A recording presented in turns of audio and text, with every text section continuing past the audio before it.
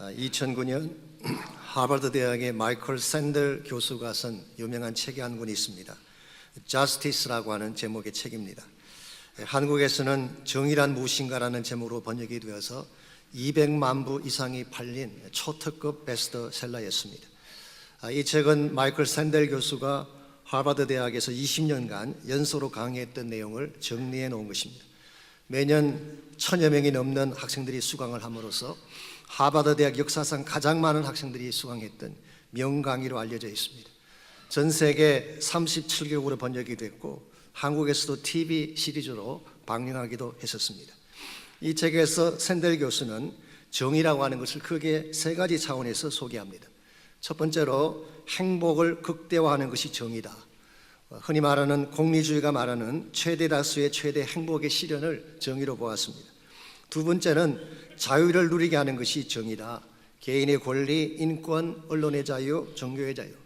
미국 헌법도 마찬가지고 한국에서도 주장하는 자유가 바로 이것이죠.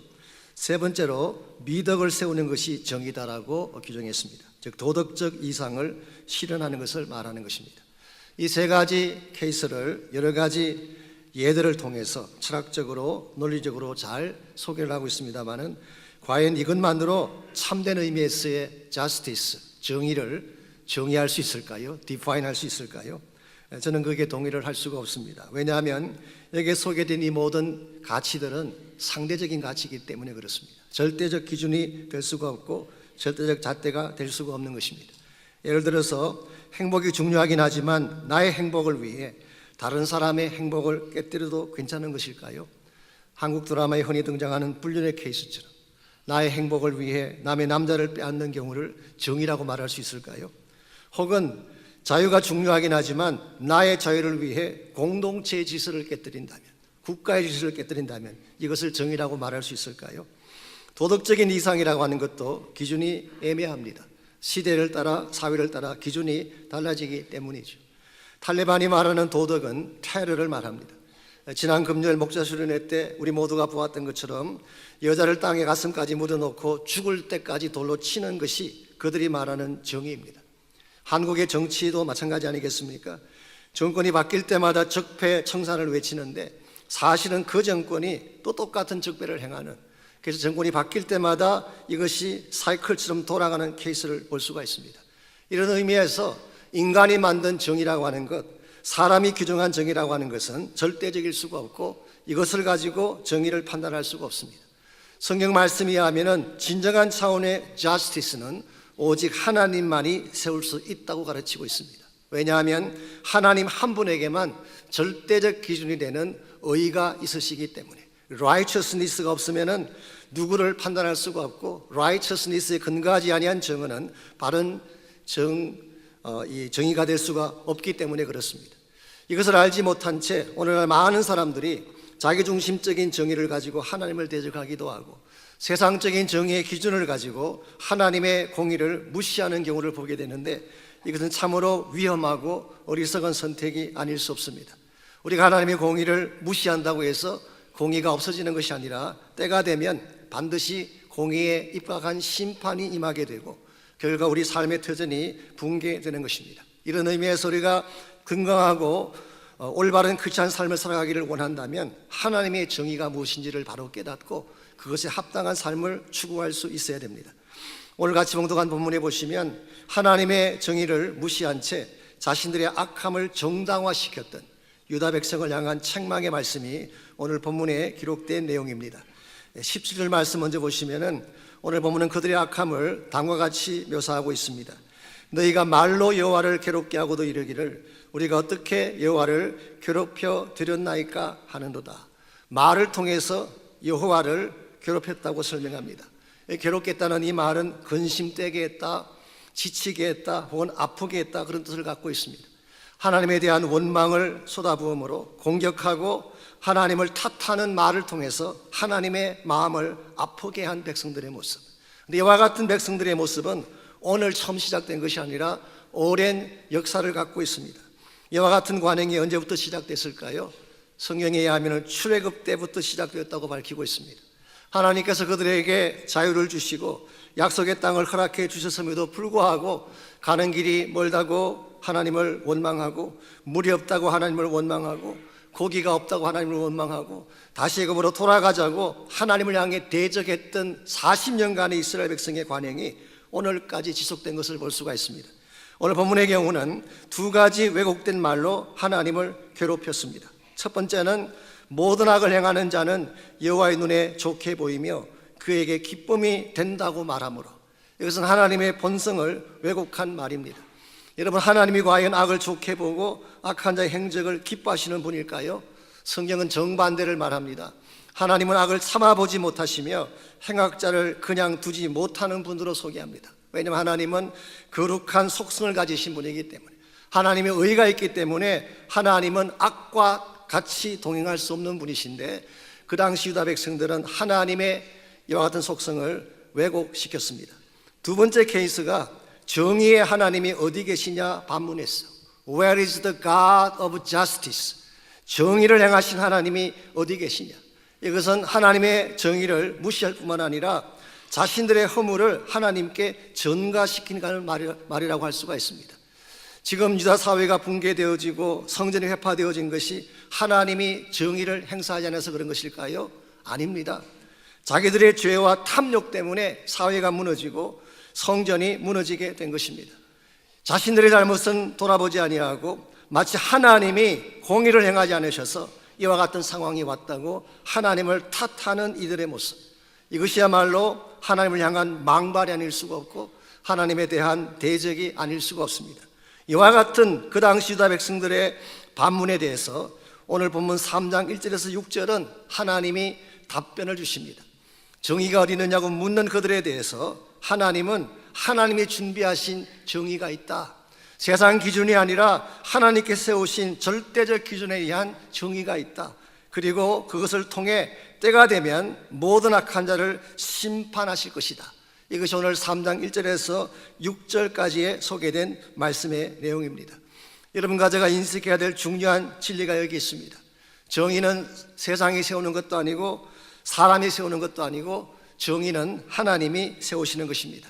하나님께서 이 자스티스의 기초가 되시고 자스티스의 실제적인 실행자가 되시고 하나님이 궁극적으로 자스티스를 이루시는 분이라는 사실을 알지 못하면 우리는 결코 정당하고 바른 삶을 살아갈 수가 없습니다. 이런 의미에서 하나님은 과연 무엇을 통해 어떻게 하나님의 정의를 세워가시는지 오늘 부분을 통해서 한 세 가지 차원에서 정리해 보려고 합니다.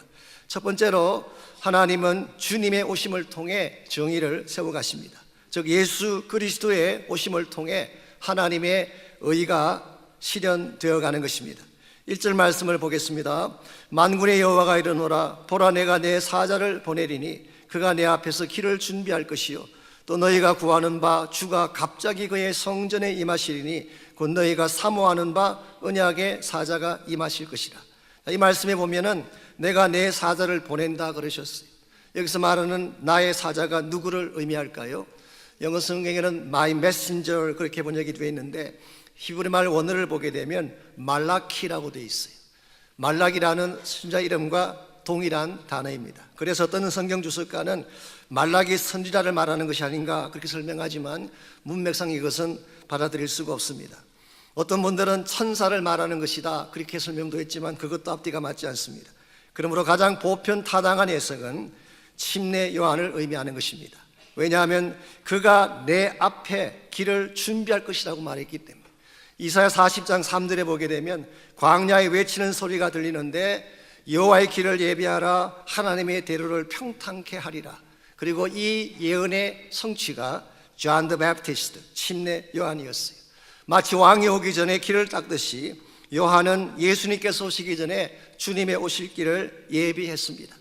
회개를 촉구하고 청결을 촉구함으로써 예수님의 오실 길을 예비한 것입니다. 그러므로 내 사자를 보낸다고 하는 것은 침례 요한을 의미하는 것인데 뒤에 보시게 되면 또 너희가 구하는 바 주가 갑자기 그의 성전에 임하리니 곧 너희가 사모하는 언약의 사자가 임할 것이라고 했습니다.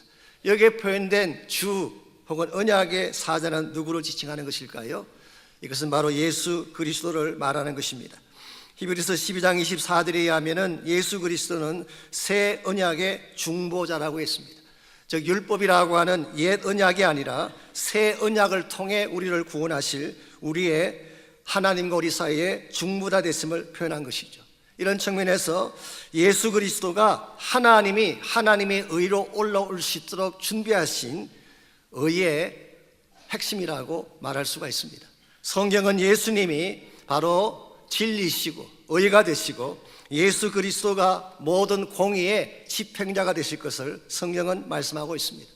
여러분과 제가 아무리 다른 것을 많이 해도 예수님 만나기 전까지는 의를 경험할 수 없는 이유가 여기 있습니다. 예수님께서 십자가를 지심으로 하나님의 의를 성취시켜 주셨고, 이 예수 그리스도를 만나는 순간 하나님이 인정하시는 의가 우리에게 주어지게 되고, 그때 우리는 비로소 의를 경험하게 되는 것입니다. 만일 주님 만나지 못한 상태에서 본인이 축적해온 도덕성을 가지고 의를 이야기한다면 이것은 하나님 기준에서 볼 때는 절대로 억셉트할 수 없는, 의에 도달하지 못하는 케이스가 되는 것입니다. 솔직히 말씀을 드리면 이 세상은 어두움 가운데 있기 때문에 진정한 차원의 진리나 기준 자체가 없습니다. 사도 요한은 요한복음 1장 5절에서 예수님을 어둠을 비치는 빛이라고 표현하셨어요. 그 이유는 혼란하고 어둠 가운데에 참 진리가 되고 참 의의 기준 되신 분이 예수님이기 때문에, 사도 바울은 디모데후서 4장 8절에서 예수님을 의로우신 재판장이라고 표현했습니다. 우리를 재판할 수 있는 유일하신 분, 자신의 의를 가지고 우리를 심판할 수 있는 유일하신 분이 예수님이시기 때문에, 이런 의미에서 여러분과 제가 참된 의를 발견하려면 예수님을 반드시 만나야 되고 주님을 통해서만 하나님의 의를 향해 나아갈 수가 있습니다. 일반적으로 하나님의 의를 만나게 될 때까지 인간은 자신의 실체를 보지 못합니다. 본인이 괜찮은 줄 아는 그런 성향이 우리 모두에게 있어요. 구약 성경 욥기서를 보게 되면 욥이 하나님의 의를 발견하는 그런 과정이 나와 있습니다. 많은 분들이 욥기서 그러면은 고난에 대한 책이라고 생각을 하지만 물론 그것도 틀린 것은 아닙니다. 욥이 무고하게 고난을 당했고 그럼에도 불구하고 하나님을 원망하지 않았던 내용이 욥기서에 나오기 때문에 욥기서를 innocent suffering, 무고한 자의 고난이다, 그렇게 보는 것이 틀린 것은 아니지만 욥기서 전체의 주제가 과연 그것일까요? 그건 아닙니다. 왜냐하면 욥의 고난을 다루고 있는 것은 욥기서 중에 첫 2장밖에 없습니다. 욥기서가 42장으로 되어 있는데 나머지 40장은 욥이 자신의 의를 디펜드하기를 원했던, 욥이 자신의 의를 주관했던 내용으로 담겨져 있습니다. 그래서 어떤 성경 주석가는 욥기서의 주제를 욥이 입고 있던 자기 중심적인 의의 옷을 벗기기 위한 과정이다, 그렇게 보았어요. 사실상 욥만큼 의로운 자는 없습니다. 욥은 한마디로 표현하면 인간이 도달할 수 있는 최고 수준의 righteousness를 대표하는 분이라고 할 수가 있습니다. 욥기서 1장에 보게 되면 욥은 동방의 의인이었어요. 온전하고 정직하고 하나님을 경외하고 악에서 떠난 자라고 묘사했습니다. 10명의 자녀가 있었는데 잔치가 끝나면 혹시라도 그들이 마음으로라도 하나님께 범죄했을까 봐 그들을 성결케 하고 그들을 위해 번제를 드렸던 사람이 욥이었습니다. 심지어 자기의 모든 것을 다 잃어버렸을 때에도 하나님을 원망하지 않고 주신 자도 여호와시요 취하신 자도 여호와시오니 여호와 이름을 찬양을 받을지라 고백했던 거의 완벽에 가까운 righteousness, 의를 보였던 분이 욥이었습니다. 이와 같은 욥이었기 때문에 욥은 자신도 인식하지 못하는 가운데에 스스로 장식한 의의 옷을 단단히 입고 있었다는 것입니다. 그래서 하나님께서는 이것을 벗기기 위해 제일 먼저 재산을 쳤습니다. 근데 벗겨지지 않았어요. 자녀들을 쳤습니다. 그래도 벗겨지지 않았어요. 질병으로 그의 몸을 쳤지만 그래도 변하지 않았어요. 자, 나중에는 자기 부인을 통해서 저주까지 하면서 하나님을 원망하게 했지만 그래도 욥이 입고 있던 self-righteousness, 자기 중심의 의가 벗겨지지 않았어요. 그래서 하나님은 세 친구를 동원해서 세 사이클에 걸쳐서 욥의 죄를 추궁하고 추궁했지만 욥은 끝까지 자신의 의를 내려놓지 않았습니다.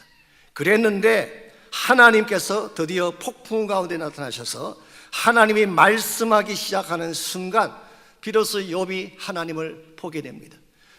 귀로 듣기만 했던 그 하나님을 직접 눈으로 바라보는 순간, 즉 하나님의 그 완벽한 의 앞에 서는 순간 욥은 비로소 자기 실체를 깨닫게 되고 티끌과 죄 가운데서 회개한다고 고백한 내용이 욥기서의 내용입니다.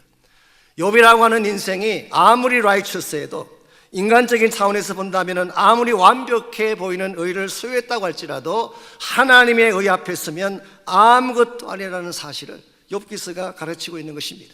욥이 바로 이 하나님의 실체를 직접 보고 자기의 죄인됨을 알게 되는 순간 욥의 인생 가운데 참된 변화가 일어났고, 이것을 통해 욥은 하나님이 기뻐하실 진정한 의의 사람으로 살아가게 된 것입니다. 오늘 여러분과 저에게도 이와 같은 변화가 필요합니다. 우리 가운데 혹시 욥만큼 의롭게 살 자가 있을까요? 저는 그럴 자신이 없습니다. 우리 가운데는 아마 없으리라 생각합니다. 우리는 조그마한 의만 있어도 우리 의를 자랑하고 얼마나 나의 잘됨을 내세울 때가 많습니까? 욥의 수준까지도 도착하지 못하면서 우리는 때때로 우리의 도덕성을 너무 강조한 나머지 하나님의 복음을 거부하려고 할 때가 참으로 많습니다. 우리가 전도를 해보면 가장 예수님 영접하기를 싫어하는 분 중에 한 분이 도덕적인 사람들이에요. 차라리 조금 허물이 많고 상처가 많은 분들은 복음을 전하면 쉽게 마음을 여는데, 본인이 도덕적으로 깨끗하게 살았다고 생각하는 사람일수록 복음을 받기가 쉽지 않습니다. 교회 나가는 사람보다 내가 더 양심적이라는 거죠. 나는 사기도 치지 않고 거짓말도 하지 않고 잘못한 것이 없는데 교회 나가는 사람들 봤더니 너무너무 엉뚱한 사람들이 많더라. 그래서 자신의 도덕성이라고 하는 걸림돌 때문에 예수 영접하지 못하는 분들을 많이 만날 수가 있어요. 실제로 D.L. 무디라고 하는 분이, 이분은 매일 한 명씩 전도할 계획을 세우고 실제로 매일 한 사람 이상 직접 만나서 복음을 전했다고 합니다. 그 가운데는 예수님을 영접하고 주 앞으로 돌아오는 사람도 있지만 거부하는 사람들도 많았어요. 그 중에 한 사람이 지금 소개해드린 것처럼 도덕적으로 깨끗한 한 분, 그분에게 그리스도를 영접하고 교회에 나올 것을 권했더니 자기는 싫대요. 왜냐하면 교회에 나가면 위선자들이 많이 있는데 위선자들 꼴이 보기 싫어서 교회 나가지 않겠대요. 그때 무디가 대답을 했습니다. 맞습니다. 교회는 위선자가 많고 사실은 죄인들도 많이 있습니다. 그러나 교회에 나와 있는 위선자들은 그들의 죄를 돌이키고 예수님 믿으면 천국 갈 수가 있지만, 만일 당신이 지옥을 가게 된다면 그 지옥에는 평생 위선자로 살 사람들로 꽉 차 있습니다. 교회 나가서 잠깐 위선자들과 생활하는 것이 지혜로울까요? 아니면은 아예 지옥에 가셔서 영원토록 위선자들과 함께 사는 것이 더 지혜로울까요? 그랬더니 이분이 마음의 문을 열고 예수를 영접했다고 하는 유명한 일화가 있습니다. 나의 의가 앞서는 사람은 주님의 의를 받아들이지 않습니다. 내가 깨끗하다고 생각하는 사람일수록 복음을 받기가 쉽지 않습니다. 그런데 누구든지 아무리 깨끗하다고 생각하는 사람일지라도 하나님의 의 앞에서는 바로 설 수가 없기 때문에 우리는 우리의 의가 아닌 예수 그리스도의 의, 십자가를 통한 의를 억셉트해야 되고, 그때 우리가 참된 의를 향해 나가는 것이 가능한 것입니다. 이와 같이 우리가 참된 의를 바로 알려면은 의의 기준 되시는 예수님을 꼭 만나야 됩니다. 두 번째로 청결의 사역을 통해 하나님은 의를 이루어 가십니다. 청결의 사역을 통해 우리 마음을 깨끗게 하고 우리 심령을 깨끗게 함으로써 의를 향해 나가게 만드신다는 뜻이에요. 오늘 보면 2절을 보시게 되면 예수님께서 이 땅에 오셨을 때 하시게 되는 청결의 사역이 잘 묘사되어 있습니다. Purification. 2절 말씀, 그가 임하시는 날을 누가 능히 당하며 그가 나타나는 때에 누가 능히 서리요. 그는 금을 연단하는 자의 불과 표백하는 자의 잿물과 같을 것이라고 했어요. 예수님께서 오시게 되면 행하실 두 가지 차원의 일을 소개합니다. 첫 번째는 금을 연단하는 자의 불과 같은, 이 금을 연단하는 불이라고 하는 것이 refiner's fire, 이것은 재련소에 은이나 금을 재련하는 과정을 말하는 것입니다.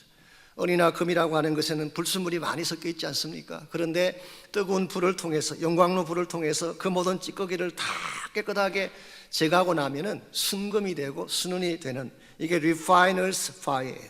이게 예수님께서 하시는 첫 번째 사역이고, 두 번째는 표백하는 자의 잿물과 같은 사역. 이 잿물이라고 하는 것은 우리가 흔히 말하는 양잿물을 말하는 것입니다. 우리 한국 사람들은 공짜라면 양잿물도 마신다라는 속담 때문에 양잿물 그러면 조금 부정적인 인식 갖고 있지만, 사실은 이것은 우리의 모든 스테인, 모든 때들을 깨끗하게 씻겨내고 우리를 희게 만드는 표백제를 말하는 것입니다. 그래서 launderers bleach, 깨끗하게 만드는 표백의 역할하는 것을 오늘 본문에서는 잿물이라고 표현한 것입니다. 예수님께서 오심으로 예수님은 1차적으로 그의 보혈을 통해서 우리 죄를 말끔하게 씻겨주셨어요. 예수님의 보혈은 어떠한 죄, 어떠한 더러움도 맑게 씻겨내는 표백제라고 할 수가 있습니다. 아무리 무서운 죄라도, 아무리 더러운 죄라도 보혈이 닿는 순간 깨끗하게 그 스테인이 다 지워지는 것입니다. 이사야 1장 18절을 빌리자면은 우리 죄가 주홍 같을지라도 눈과 같이 희게 되고 우리의 죄악이 진홍 같을지라도 양털까지 희게 만드시는 역할, 이게 바로 예수 그리스도의 보혈이 하시는 능력이에요. 혹시 우리 가운데에 죄가 있다면 죄를 가슴에 담고 사시지 말기를 바랍니다. 십자가 앞에 나아가서 주님의 보혈로 깨끗게 치유할 때에 우리 마음이 정결케 되고 우리 마음이 하나님 앞에 온전하게 되는 것입니다. 뿐만 아니라 두 번째로 주님이 하시는 사역, 더 정확히 말하면은 예수 그리스도가 오심으로 말미암아 우리 안에 임하시게 된 성령님의 사역을 오늘은 불로 소개하고 있습니다. 이 성령님은 우리 심령 속에 박혀있는 누추한 죄악들이나 불순물들이나 더러운 마음의 찌꺼기를 깨끗하게 태워주시는 Refiner's Power, 이 연단하는 이 불과 같은 역할이 바로 성령께서 우리 심령 속에 해주시는 역할입니다. 사실 우리 마음 깊숙한 곳에는 우리가 알지 못하는 많은 더러움과 숨겨져 있는 찌꺼기들이 있습니다. 어릴 때부터 새겨진 상처가 찌꺼기로 남을 경우도 있고, 사람들에게 버림받았던 불신의 마음이 평생 지워지지 않은 찌꺼기가 되는 경우도 있습니다. 사람에 따라서 차이는 있지만 우리 모두에게는 무의식 속에 내재되어져 있는 소위 말하는 unknown self가 다 있어요. 나도 알지 못하고 상대도 알지 못하는 unknown self. 이 조 해리의 창이라고 하는 것이 있지 않습니까? 네 가지 창.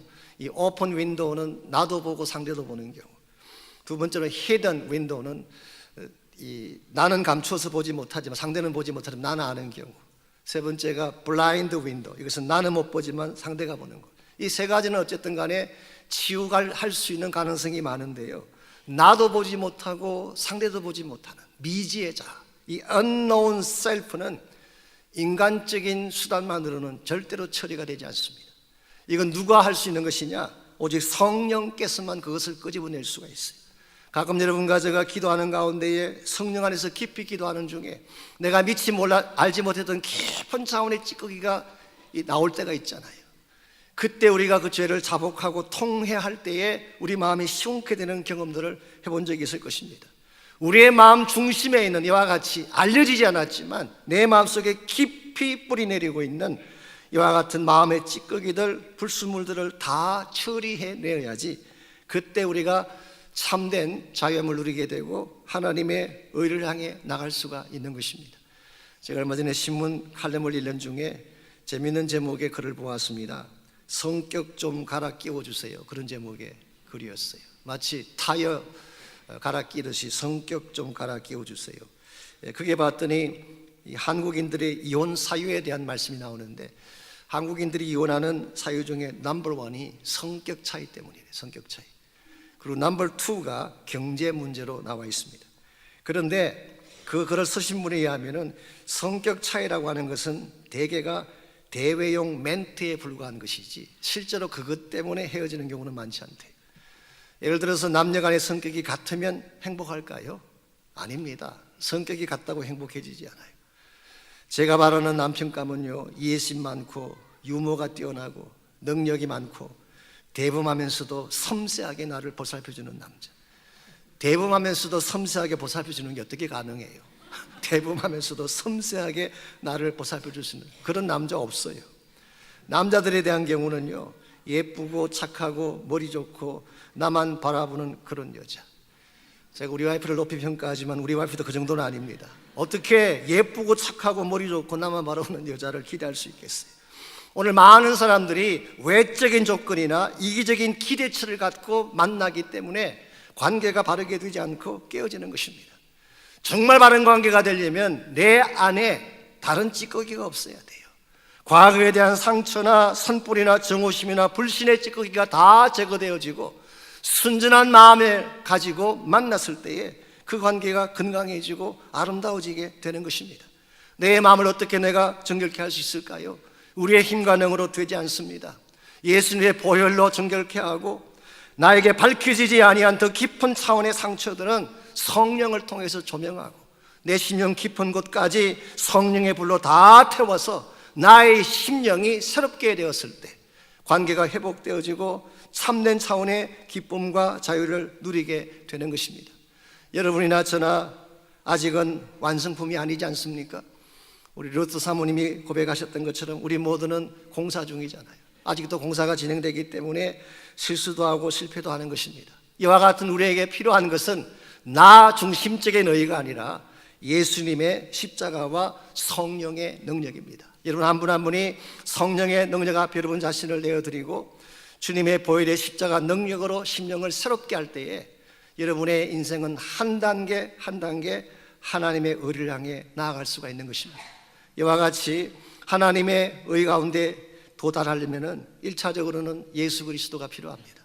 예수님만이 하나님의 의를 이루는 유일한 분이시기 때문에.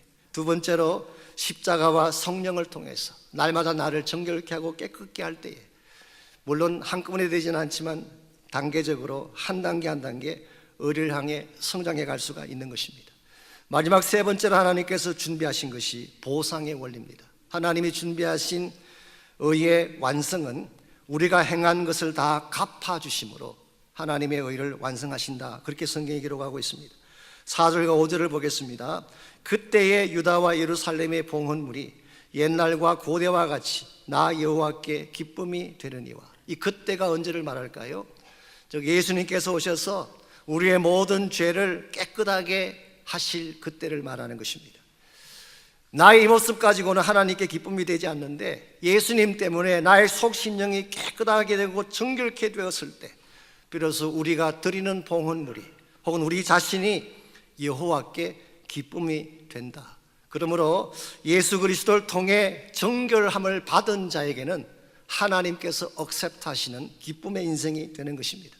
마치 하나님이 아벨의 제사를 흠양하신 것처럼 여러분의 마음이 정결케 되고 예수 그리스도의 보혈로 깨끗게 되었을 때에 여러분이 드리는 찬양과 예배를 하나님이 받아주시고 여러분 한 분 한 분이 천국의 기쁨 가운데 참여하게 되는 것입니다. 이것이 예수 그리스도를 통해 주어지게 될 보상이라고 할 수가 있습니다. 그 반면에 5절 말씀 보시게 되면 예수님을 리젝트하고 하나님을 경외하지 않고 자기 마음대로 살았던 사람들에 대해서는 어떤 보상을 주실까요? 5절 말씀, 내가 심판하러 너에게 임할 것이라. 점치는 자에게와 간음하는 자에게와 거짓 맹세하는 자에게와 품권에 사게 대하여 억울하게 하며 과부와 구하를 압제하며 나그네를 억울하게 하며 나를 경외하지 아니하는 자들에게 속히 정언하리라. 만군의 여호와가 말하였느니라. 지금까지 유다 백성들이 불평했던 대상들, 사실은 본인들이 그 사람들이면서도 불평했던 대상들, 점치는 자, 간음하는 자, 거짓말하는 자, 억울한 사고를 착취하는 자, 과부 고아를 멸시하고 나그네를 멸시하고 하나님을 대적하는 자, 이러한 자들에 대해서는 하나님께서 때가 되면 심판하실 것이라. 이게 오늘 본문의 말씀입니다. 우리는 가끔 인생을 살아가다가 악한 자가 그냥 잘 사는 것을 보고 하나님 앞에 반문할 때가 있습니다. 하나님 왜 저런 자들을 그냥 내버려 두십니까? 지금 당장 치시지 않고. 사실 오늘 본문에 나오는 유다 백성이 그런 고백을 한 거예요. 세상이 악화해져가고 사회가 부패해져가는 걸 보면서 Where is God's justice? 하나님의 공의가 어디 있느냐고 하나님을 원망했었어요. 자신들을 되돌아볼 생각은 하지 않고 하나님을 원망했었어요. 그런데 이와 같은 그들의 질문에 대해서 하나님의 대답은 때가 되면 내가 반드시 심판한다. 이게 하나님의 갚으심이에요. 그러므로 오늘 우리의 삶의 현장, 우리의 삶의 모습들을 잘 점검하고 하나님의 심판 앞에 바로 설 수 있는 준비를 해야 돼요. 하나님이 지금 침묵하신다고 끝까지 가만히 계시는 것이 아니에요. Someday payday. 레이 사무엘스 목사님이 하신 설교 제목입니다. 언젠가 모든 대가를 지불해야 될 날이 있다. 지금 당장 무엇이 나타나지 않지만 Someday payday. 사도 바울은 고린도후서 5장 10절에서 다음과 같이 기록하기도 했습니다. 우리가 다 반드시 그리스도의 심판대 앞에 나타나게 되어 각각 선악간에 그 몸으로 행한 것을 따라 받게 하려 하심이라고 했어요. 그러므로 우리가 행했던 모든 행위들, 우리가 범했던 모든 죄악들, 우리가 하나님을 불순종했던 모든 것들은 그냥 사라지는 것이 아니라 심판날에 오게 되면 각자 본인이 행한 그대로 심판받을 것이다 라고 하는 것이 하나님이 말씀하시는 justice예요. 이것이 하나님의 공의인 것입니다. 자, 이와 같은 하나님의 공의 앞에 여러분과 저는 설 수 있을까요? 우리의 자력이나 우리의 노력만으로 과연 이와 같은 심판의 기준 앞에 설 수 있는 자가 있을까요? 저는 한 명도 없다고 생각합니다. 그래서 우리에게는 예수님의 십자가가 필요한 것입니다. 우리의 행한 그대로 만일 하나님이 갚으신다면, 흔히 말하는 것은 왜 하나님이 가만 계시냐고 반문했는데, 만일 하나님이 정말 악한 자들에 대해서 있는 그대로 갚으신다면 하나님의 공의 앞에 설 사람은 한 명도 없습니다.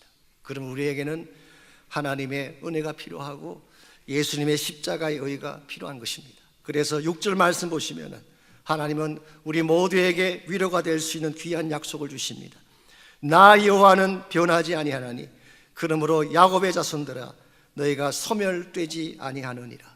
여기서 야곱의 자손들이라고 한 것은 이스라엘 백성 전체를 말한다기보다는 이스라엘 백성들 가운데에 하나님을 믿고 구원받은 백성들을 의미합니다. 소위 말해서 remnant, 남은 자들, 혹은 faith community, 신앙 공동체 안에 속한 사람들. 신학적인 표현을 가지고 가자면은 예수님의 보배로운 피로 청결케 된 언약의 백성들을 말하는 것입니다. 이와 같은 자들에 대해서는 하나님은 결코 한 번 약속하신 구원의 언약의 약속을 변치 아니하시기 때문에 우리는 소멸되지 않고 살아날 수 있다고 오늘 성경은 밝힙니다. 이것을 우리는 뭐라고 불러야 될까요? 은혜라고 불러야 되는 것입니다. 오늘 여러분과 제가 행한 것이 정당해서 하나님 앞에 바로 설 수 있는 것이 아니라 하나님의 특별하신 은혜로 구원받았기 때문에 하나님 심판대 앞에 서는 것이 가능해진 것입니다. 그러므로 우리가 구해야 될 것은 justice가 아니라 mercy입니다. 공의를 구할 것이 아니라 긍휼을 구해야 되는 것입니다. 우리가 긍휼을 구할 때에 하나님은 우리를 용서해 주시고 우리에게 비록 우리 자신은 부족함이 많지만 예수님의 보배로운 피를 보시고 우리 하나님의 공의 앞에 설 수 있도록 만들어 주시는 것입니다. 언젠가 어떤 분이 저에게 이메일을 보내주셨는데 거기 항상 재미있는 이야기들이 많이 담겨 있습니다. 한 번은 봤더니 70세 생일을 맞이한 노인에 대한 스토리를 보내주셨어요. 70세 생일을 맞이하신 한 분이 갑자기 치통 때문에 치과병원을 찾게 됐습니다. 급하게 차를 몰아서 너무 이빨이 아프니까 갓길에 잠깐 주차하고 병원에 들어갔다 나왔는데 나와보니까 교통순경이 딱지를 붙이고 있었어요. 그 노인이 교통순경에게 사정을 했습니다. 자신 오늘이 제 70세 생일입니다. 아침부터 이빨이 너무 아파 정신을 차릴 수가 없어서 어쩔 수 없이 이렇게 파킹을 했습니다. 평생 법을 어긴 적이 없는데 생일날 티켓을 받게 되니까 참 마음이 상합니다. 한 번만 봐주세요. 사정을 했어요. 그때 이와 같은 그 대화를 지나가던 사람들이 다 몰려와서 같이 보게 됐어요. 이 경찰이 어떻게 그것을 핸들하나 지켜본 것입니다. 그랬더니 경찰이 한 번만 봐달라고 그렇게 사정하는 노인의 하소연에도 불구하고 냉정한 얼굴로 티켓을 끊은 후에 노인에게 주었어요. 둘러선 사람들이 다 수군거렸습니다. 역시 법은 법이야. 경찰에겐 그것이 정의지. 그게 있어야지 세상이 바르게 굴러가지. 노인도 고지서를 받고 차에 오르면서 혼자 말로 합니다. 하기야 법은 법이지. 그래도 너무하네. 저 냉정한 표정하며 생일날 꼭 이렇게까지 티켓을 줘야 되는지.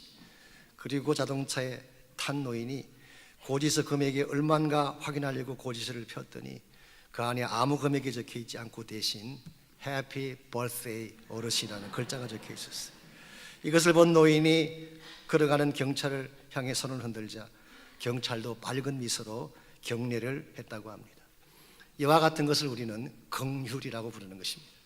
내가 마땅히 받아야 될 벌을 받지 아니하는 것, 내가 마땅히 지불해야 될 티켓의 값을 지불하지 않고 봐주는 것, 이게 바로 긍휼입니다. 하나님이 여러분과 저에게 베푸신 긍휼이 이와 같은 것입니다. 우리가 지금까지 행했던 행위를 생각하면 마땅히 지옥행 티켓을 줘야 되지만 하나님은 그렇게 하지 않고 천국 티켓을 주셨어요. 천국의 모든 축복과 기쁨을 마음껏 누리게 해주셨어요.